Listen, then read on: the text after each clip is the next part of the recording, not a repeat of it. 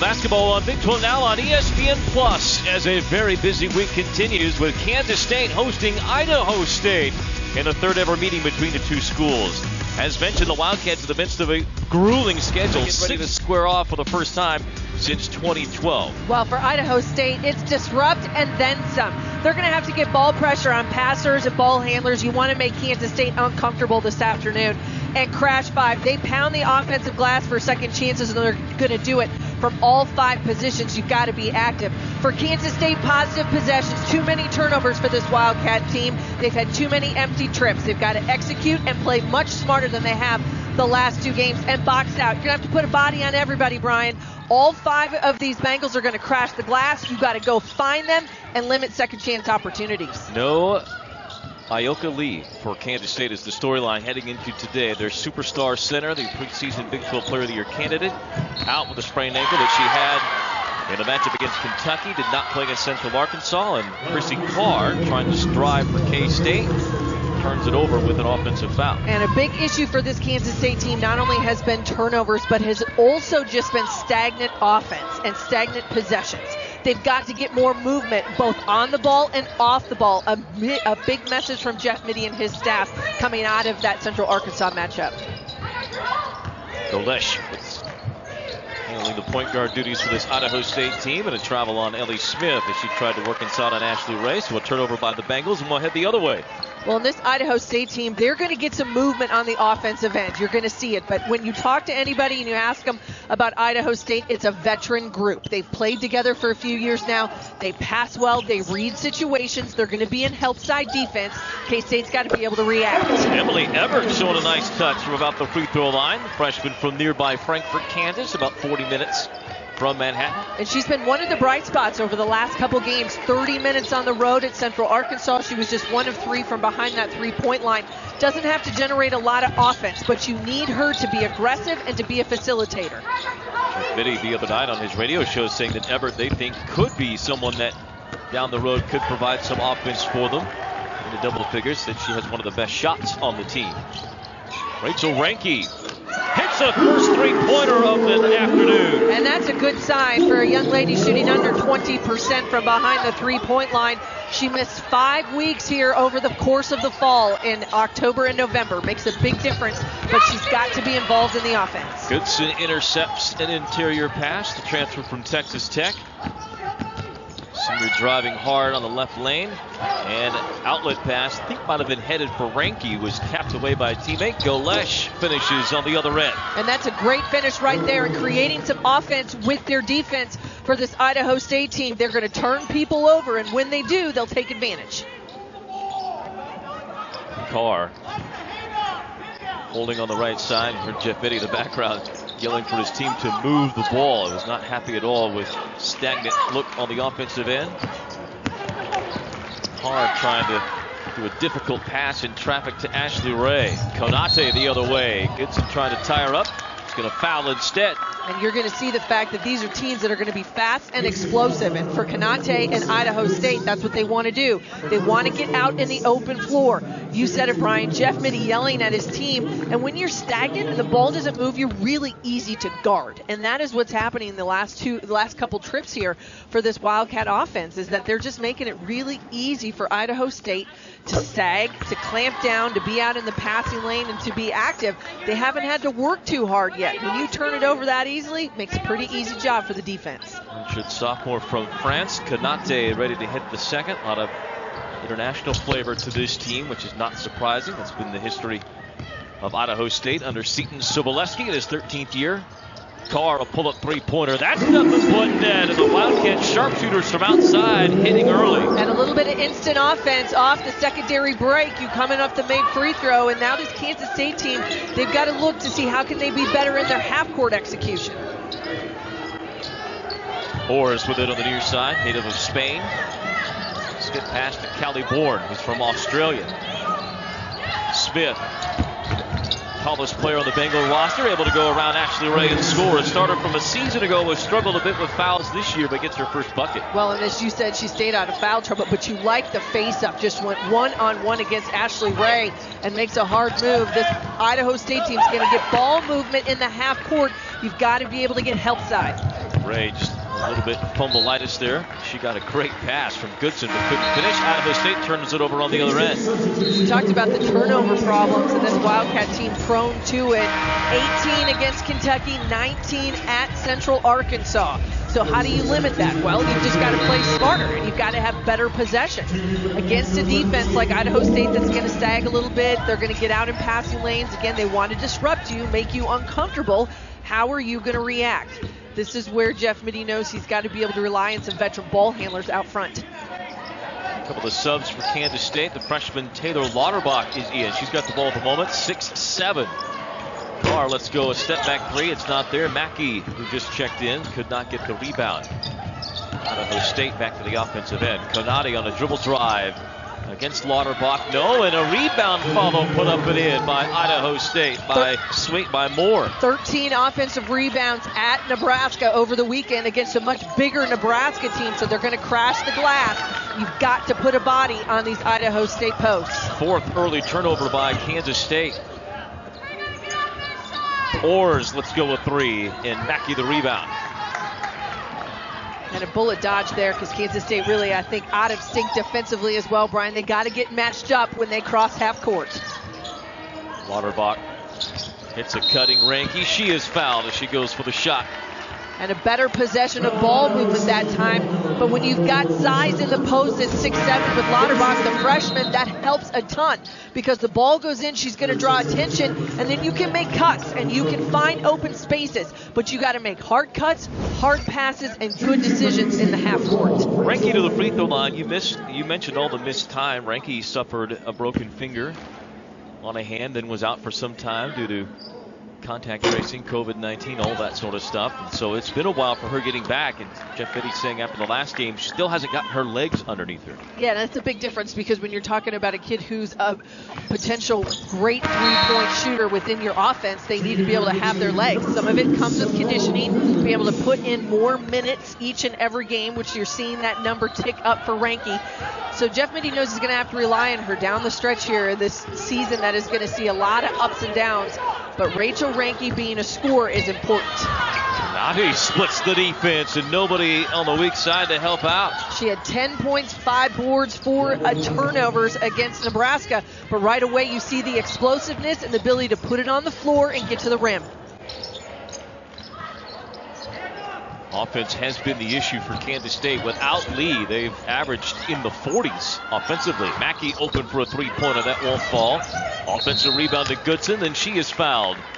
And those are the possessions K-State has to have, those 50-50 balls, those loose balls, long rebounds. Keep that possession alive. Force this defense to have to guard you through another shot clock. That's incredibly important to get more possessions, and they need to be productive possessions. They've got to get good shots. Shot selection's been an issue, stagnant offense, all of it kind of comes together. And you said it, Brian, about the number of points that this team has been able to score. 70 is usually that magic number. Without Lee, it becomes more difficult. You got to be more efficient. Simone Goodrich, who was lauded by Jeff Mittie after her performance at Central Arkansas, running the point for Kansas State. Goodson fires up a three-pointer. That'll be short. Battle for the rebound, and it's Montana Oltroji who gets it, this junior from Arizona. Then off the bench for the Bengals. Oltroji with the basketball now, and it goes to Moore. Back out. Bourne, top of the circle. Back tap. And the Bengals will reset. Another possession right here, and that's what they want. Second chance opportunities force you through another shot clock.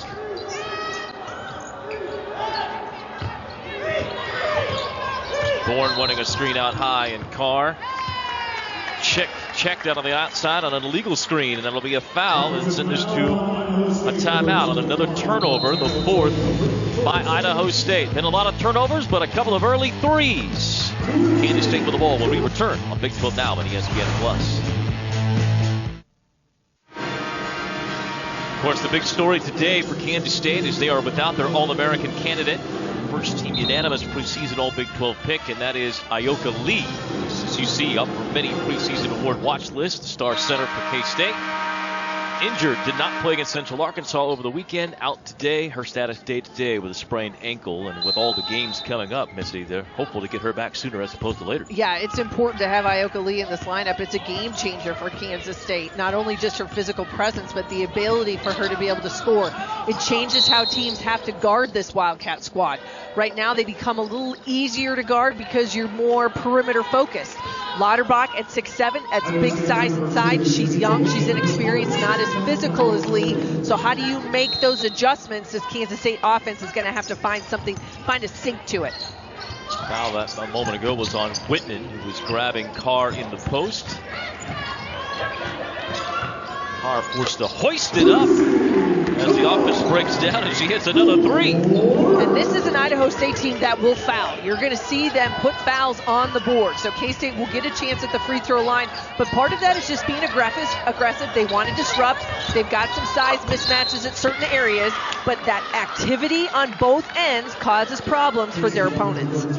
Offensive set run well by Idaho State. Quickly finds a layup opportunity, and Mackey forced the foul for the first time. That'll put Bourne to the free throw line for two, a native of Canberra, Australia. She's a talented guard. She's been their top rebounder so far this season. That tells you how active she is. And she had a career high 14 rebounds at Nebraska. And they have come from Lincoln to here to Manhattan, and part of the reason is her sister plays at Nebraska, and so they had a sister versus sister matchup over the weekend in Lincoln, and it was the Cornhuskers who came away with the victory. 64-51, although Idaho State led for a good part of that ball game, but at the end, Nebraska able to pull away and win. Sydney Goodson getting a breather. Everett has returned for K-State. That's just two starters on the court at the moment. Lauterbach forcing it up, and a late whistle I think will get her to the free throw line. Yeah, I think the late whistle is going to come from a reach-in from the backside after the ball went into the post. And yeah, you're going to see a slap there. Was good post defense inside. Ellie Smith, she's got a matchup. She's just 6'2", going up against 6'7", down low. But an opportunity again for Kansas State, scoring without the clock moving, but that ball's got to go into the post. You've got a size advantage. You've got to be able to pound it down low. Lauterbach has struggled a bit with free throws so far this year, trying to work at that. She is now 4 of 12 on the season from the free throw line. And when you get size mismatches, a bigger and a smaller post, you're going to get fouls. So that's where it's 6'7", and Ioka Lee has learned that lesson as well in her redshirt freshman season last year. You're going to get to the line. You've got to make people pay for putting you there. Golesh playing with 2 fouls. Rise up jumper on the drive. And that's why she's in there. She's a huge part of their offense, that three-point threat and a penetrator and their leading scorer. It's hard to take her out of the lineup here even in that first quarter.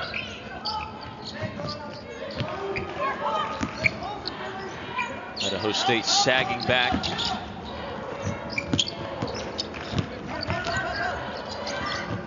Shot clock at 10.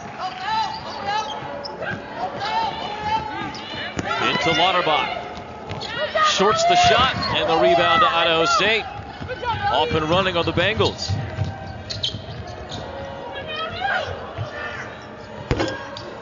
Three-pointer by Finley Garnett in transition doesn't go. And 2 good possessions defensively and in transition for Idaho State. Just couldn't get it to go.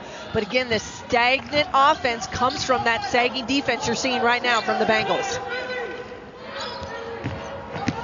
Carr driving, reverses it, gets it. And being aggressive off the dribble drive right now, Christiana Carr, and that's where K-State's going to have an advantage. They're going to come out and pressure her because she's got that three-point range. Then put it on the floor. If they're going to crowd you, go by them, create. Smart decision by Carr rather than to try and pull up and force more three-pointers. Wildcats take the lead and now come back looking to add to it.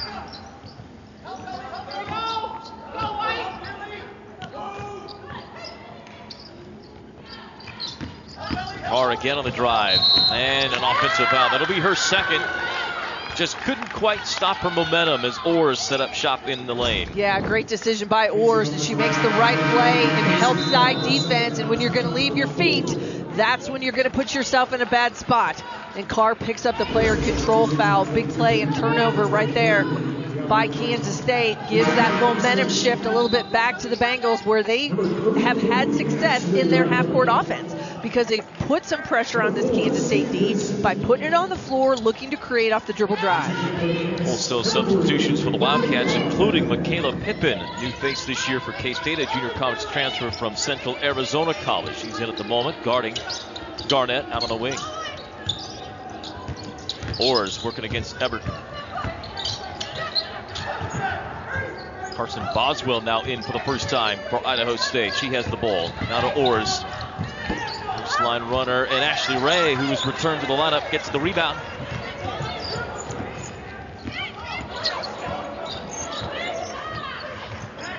Two teams have combined for 9 turnovers, but when offense has been run, they've shot it pretty well. And that's the key, is you've got to get shots. And part of that comes from being able to identify where those mismatches or the best matchups are going to be. Ball movement for Kansas State in the half court critical, because when they do get movement, it puts the defense back on their heels.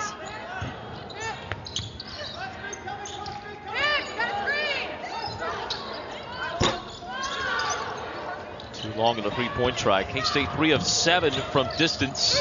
Bengals 0 of 3. Yeah. Bengals not a great three-point shooting team. No, and I think Kansas State settles there, Brian, in that last possession, and that's what you don't want to do, is you don't want to give them back possessions where they have an opportunity to attack. Boswell yet to hit a 3 this year, misses that one. K-State can't hold for the final shot. Bit of a high pass, but Ray had a smaller player behind her, and Garnett with her arm in the back gets called for a foul. That'll get Ray to the free throw line. 6 fouls in the quarter for Idaho State. You mentioned that earlier. Yeah, they're going to foul, and that's where they do have some depth, but you're going to see kind of some triage and 5. You might feel like a hockey line substitution when they have to do it, simply because they have people in foul issues. But Ashley Ray, there's that size again. The advantage of this Kansas State team, whether it's Ray or Lauterbach down low, you've got to be able to put it in the post. It's going to open up your perimeter game. It's going to give you some more penetration lanes. These coaches scream about ball movement. There's a reason for it. And that's where these Wildcats have got to be better. Ray makes both free throws. K-State has their 3-point lead here, holding for the first quarter at least, trying to get it down and get the advantage after 1.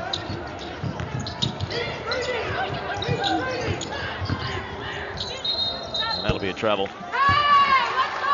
Turnover number 5 for Idaho State. So each team with 5 turnovers in this first quarter. Empty possessions every time. You don't even get a shot off, and that's where Idaho State putting themselves in this ball game, but knowing they'd be in a better spot if they can keep their turnover numbers down. K-State near the end of the buzzer. Everett shot just short. That'll end the first. Wildcats at the end of 1 lead 17-14 against the very game Idaho State team. Go Lesh with a rise-up jumper. K-State countering with Chrissy Carr, who's got 8.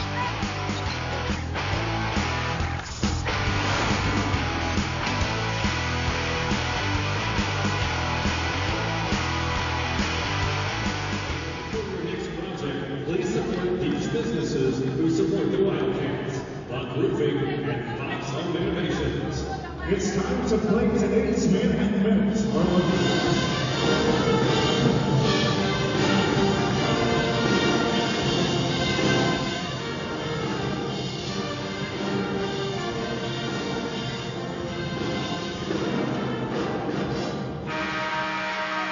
After 1 quarter here on Big 12 Now on ESPN Plus, Kansas State leading Idaho State by 3. 3-pointers the difference for the Wildcats. Idaho State surprisingly with an advantage in the paint, although a lot of that has been on quick run-outs the other way. Combined 10 turnovers by these two teams. Yeah, it wasn't the best first 10 minutes that we've seen really out of either team so far, but you've got to be able to bounce back from those turnovers and the miscues. Some of them mental mistakes, others caused by the defense. You've got to make those adjustments here the next 10 minutes of this half. Seen this zone already a couple of times this year from K-State. A little 1-3-1 look thrown at Idaho State. Doubled in the corner on Bohr. Driving a kick by Boswell to Jordan Sweeney, who played to the end of that first quarter. She'll shoot a 3-pointer here and miss. And Caleb Pippin unable to hang on to the rebound. And you mentioned it earlier, not a great three-point shooting team to go up against a zone. So this Idaho State team is going to have to figure out a way to create some penetration lanes, and then you're going to be looking for dumps, and you get great execution out of bounds underneath. That will make up for missed threes against a zone. Wonderfully designed play by Idaho State out of the inbound. Cuts the gap to 1.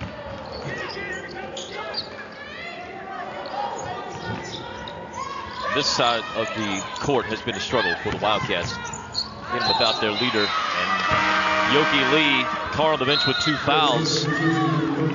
It's been more turnovers than success right now. K-State's got 5 made shots, 6 turnovers. And those are not good numbers, and that goes back to the simple message that Jeff Mitty's been talking about for the last couple days. It's got to be about ball movement. This is where some of the inefficiencies are exposed.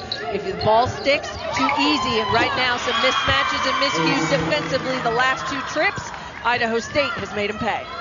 That time Smith wide open underneath, lays it in.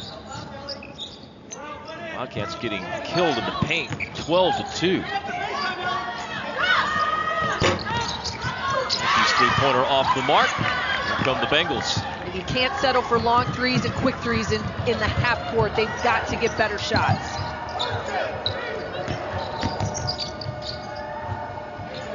Ball movement by Idaho State. Exceptional. Missed shot though by Sweeney. Yeah, missed shot, but you said it. And that comes from a veteran group. They pass well, they move well, they make good reads. That's about having players who have played together for a few years, makes a huge difference. Been trying to go one-on-one, comes up short.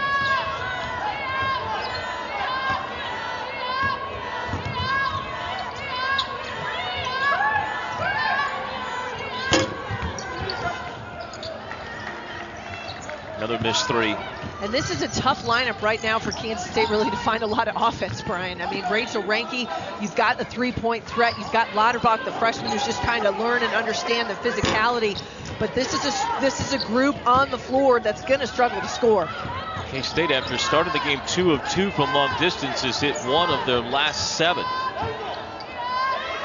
And Carr going to the scorer's table, even with 2 fouls. Travel on Boswell. 6 turnovers on the Bengals.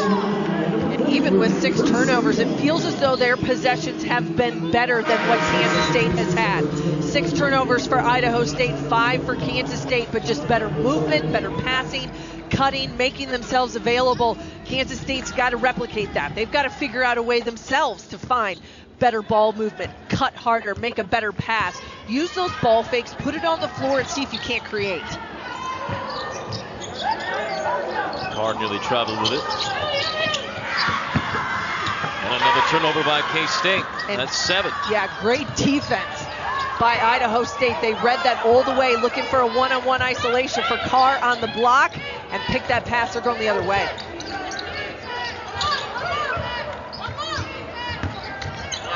Horn blocked by Lauterbach. There was a lot of contact there by the freshman in the post. And Kansas State makes them pay going the other direction. A bucket in transition. And this Idaho State coaching staff not at all happy with the no call on the other end. State had not scored in the quarter until that moment. Mackey's layup gives them the 1-point advantage. Nati, fancy dribbling, but lost the handle on it. Only a deflection by Goodson keeps it with Idaho State. And that's how she changes the ball game when she's in there. Now Golesh is out. She's got those 2 fouls. She's still on the bench right now for Idaho State.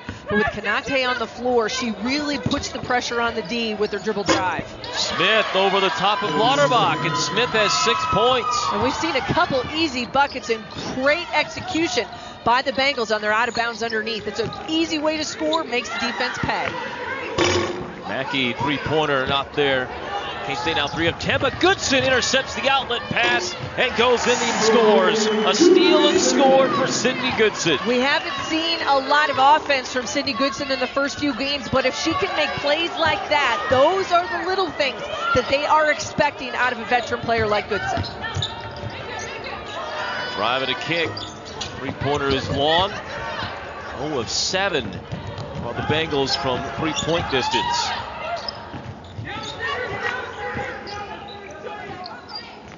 Lob into Lauterbach. A double team comes.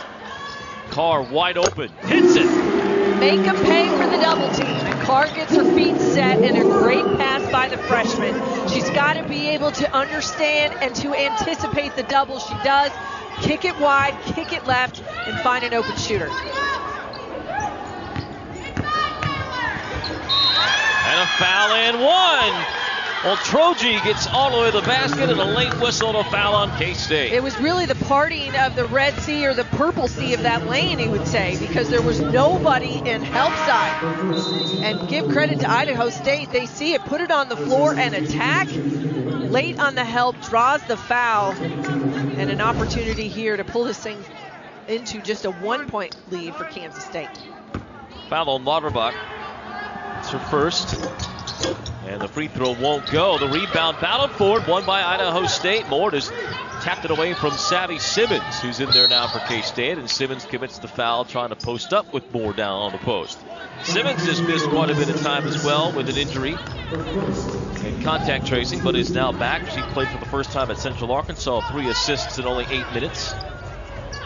And that's the buildup. We've seen it with Ranke, same scenario, looking for a little bit more depth at the guard. Simmons adds another ball handler to the lineup for Kansas State, but she's going to have to be able to build her stamina to log more minutes.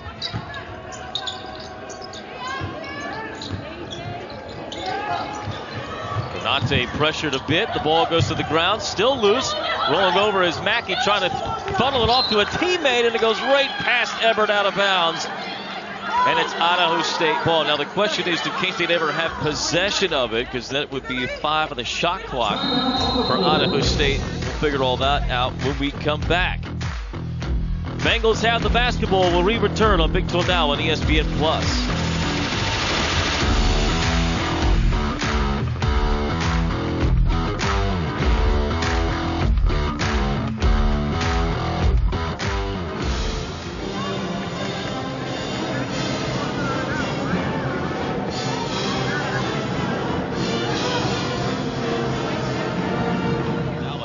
Plus for Kansas State, plenty of basketball. Fort Hays State tonight on the men's side. Number 22 South Dakota State in here on Thursday. The next women's action, they've got Omaha, Kansas City still to come. Milwaukee for the men on Friday night. South Dakota State team who just cracked the top 25 for the first time. I think it's almost a decade it's been since they've been back in the top 25. So another critical matchup for this Kansas State team coming in here Thursday. You said at the top, 4 games in 7 days, including this one. Your depth plays a huge part in that. And right now, Kansas State trying to use that depth to find some good chemistry, find some good lineups here, especially when you don't have Ioka Lee available this afternoon. K-State's played 10 players already. Whitman driving to the basket, poked away from behind by Ebert.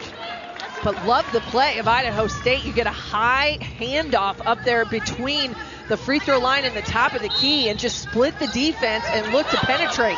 Ebert there on the weak side. Otherwise, that was going to be an easy layup for Whitman.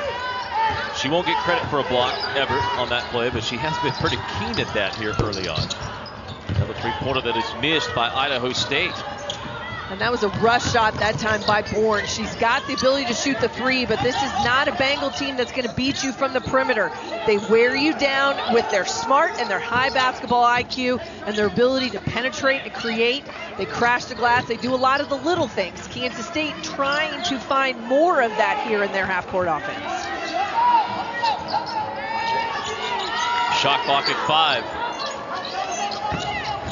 Mackey forces it up and gets bailed out with 1 on the shot clock on a foul. So K-State goes small with Mackey in the post and draws contact. We saw this last week against Kentucky, and with Laura Mackey, her ability to face up and go.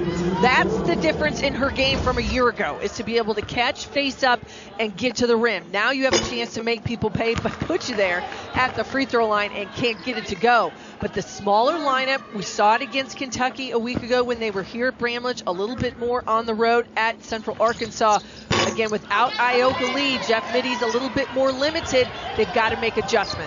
K-State now just 4 of 8, as you see there from the free throw line. So they are not making Idaho State pay for all those fouls in the early going. Whitman dribbling through traffic, finds Konate underneath the basket, blocked from behind by Ebert. 6th block this season for the sophomore guard. Help side defense, someone's got to be there. Idaho State with great ball movement in the half court. Double team on Mackey.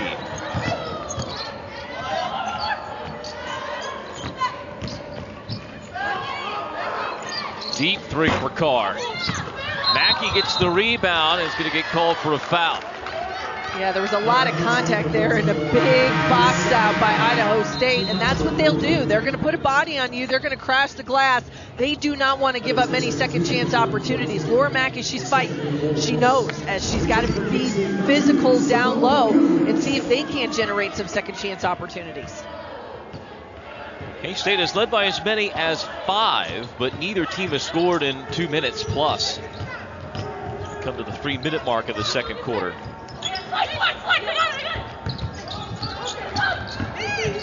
Whitman in the lane. That might have also been partially blocked. Shot clock under 10 and a travel by Bourne, and that's turnover number 9 at Idaho State. Yeah, 9 empty trips for this Bengal squad who's just down 2 here with under 3 minutes to go in this first half. And they've done it with their defense, and they have been aggressive, but they would love to have a few of those possessions back, see if they can't get better looks and limit some of those turnovers. Simone Goodrich returning to the lineup for K-State to try and run the point. She did well against Central Arkansas in this position. Ebert in the lane, and she'll get called for a travel. And you see this K-State team trying to get a little bit more movement, whether it's cuts, some screens through the middle of the lane. We saw the isolation opportunity for Carr earlier down on the low block. So they're mixing it up a little bit, getting to page maybe 7 or 8 of the playbook. But right now, they're just struggling to execute the simple things. Bourne doesn't use the screen. Whitman a hard drive and a kick. Konate, shot clock under 10. Konate calling for a screen. Won't hit it, and Lauterbach the rebound. Yeah, the drought continues now. 1 of just the last 7 have gone in for Idaho State, but their defense has kept them in this game. 3 minutes and change without a point for them. 3 minutes and almost 30 seconds without a point for K-State. Simmons well short. And settling. That's what this Kansas State team has done, Brian. They have settled. They've settled for long threes and not shots that they want in their half-court offense.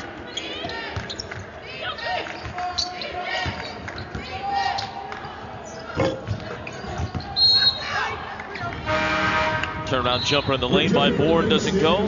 K-State gets the ball back. Reinke returning to the lineup. Let's get a look at Ebert. 6 blocks already this year. She's ability to anticipate, and she goes after the basketball. And if I'm Jeff Minnie, you're happy that you've got Emily Ebert because she is a great help defender. She gives herself the ability to be able to bail people out, whether they get beat in penetration, they need help side on the post, whatever it might be. The sophomore has understands the system, and that is a critical factor for her in her playing time right now. One that they've always thought could really project into a point guard, although ball handling duties, that was something that Jeff Minnie talked about the other day, that still not quite to the level they want it to be, her being confident in her ball handling duties. And if you're used to being an off guard as a young player, a freshman or a sophomore, and you're not the primary ball handler, you didn't grow up that way, you're not ingrained in it, it is difficult. So it takes some time to make those adjustments. Shot clock violation by K-State as they did not see the shot clock winding down. So another turnover for K-State. 4.5 minutes without a point, and now 10 turnovers, as you see there. Yeah, you reached the double digits in turnovers, and we said it at the top. They had 18 turnovers against Kentucky, 19 against Central Arkansas. Those are just trips where you don't even get a shot off. And so this Kansas State team just has to be better in the half court.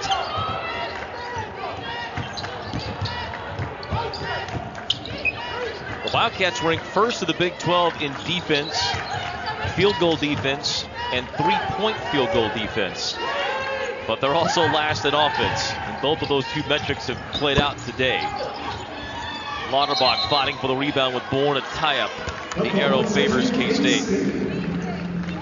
And the offensive output it hasn't been a whole lot better for this Idaho State team. Now, I will say, I feel as though they've got better shots, and their shots have come within the framework of their offense. It is motion, it is high ball screens, it's dribble drive penetration. They move well, they pass well, and cut well. Those things come together, they've done it. They just haven't made shots. Kansas State's been stagnant. Quick shots, long threes, not at all what the playbook has drawn up. About a 4-second difference between the game clock and the shot clock. Sidney Goodson content to try and run this one down. Wildcats will sit on their 2-point lead. Try and build on it. Looking for Ebert. Let's go a three-pointer that's well short. Not much time, but some time for Idaho State to do something. Boswell way downtown. Can't hit, and we are at the half. Through 2 quarters in the Little Apple. And the Octagon of Duke Jeff Biddy's team leads 24-22. We'll be back to talk about it and look at the numbers on Big 12 Now on ESPN+.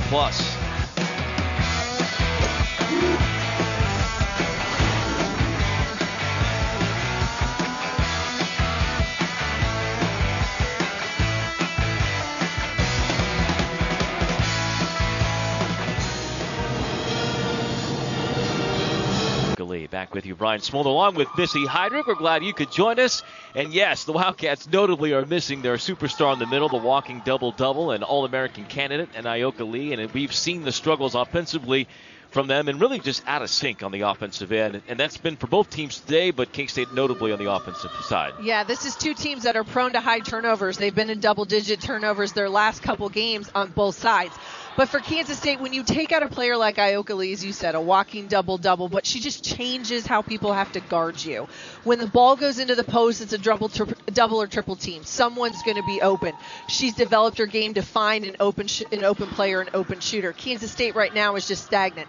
When they get better movement, when you make hard cuts, when you find an open player, you get ball reversal, good things can happen. You get higher percentage shots. And that's what we've seen out of Idaho State. This is a veteran group. They played together for the last few years. They cut hard. They move the ball. They're going to find an open player. They haven't knocked down a lot of shots. They've had 9 turnovers themselves, but they've probably been better offensively than Kansas State has, and they've got the lead. Well, we'll take a look at the numbers here, and some of them stand out. Notably, K-State started the game hitting 2 3-pointers, and since that time, you can do the math, 2 of 12 from long distance. Points in the paint without lead. Lauterbach and Ray are the two that have rotated in there. We saw K-State go small at one point as too many easy shots given up defensively inside. Well, and that's the dribble drive penetration, the ability for this Idaho State team to put it on the floor and create. They're either going to get to the rim, they're going to find open shooters, and they've had some second chance opportunities.